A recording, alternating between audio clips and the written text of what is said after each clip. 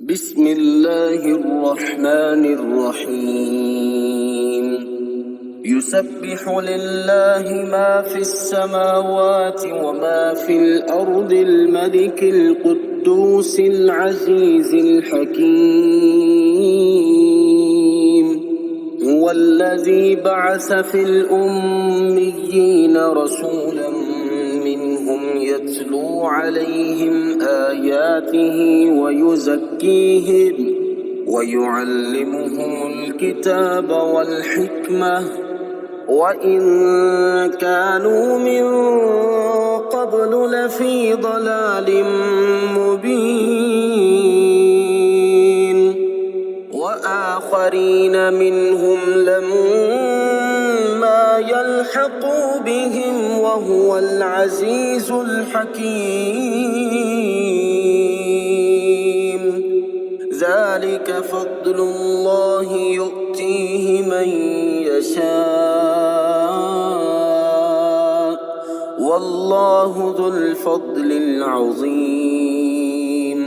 مثل الذين حملوا التوراة ثم لم يحملوها كمثل الحمار يحمل أسفارا بئس مثل القوم الذين كذبوا بآيات الله والله لا يهدي القوم الظالمين.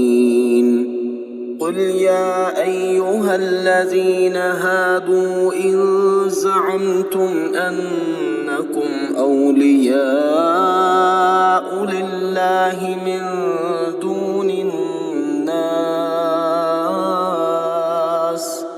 فتمنوا الموت إن كنتم صادقين ولا يتمنونه أبدا بما قدمت أيديهم والله عليم بالظالمين. قل إن الموت الذي تفرون منه فإنه ملاقيكم ثم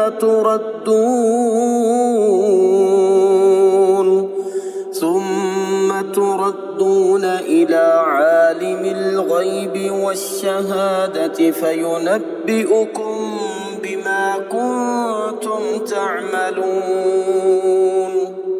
يا أيها الذين آمنوا إذا نودي للصلاة من يوم الجمعة فاسعوا إلى ذكر الله وذروا البيع ذلكم خير لكم إن كنتم تعلمون.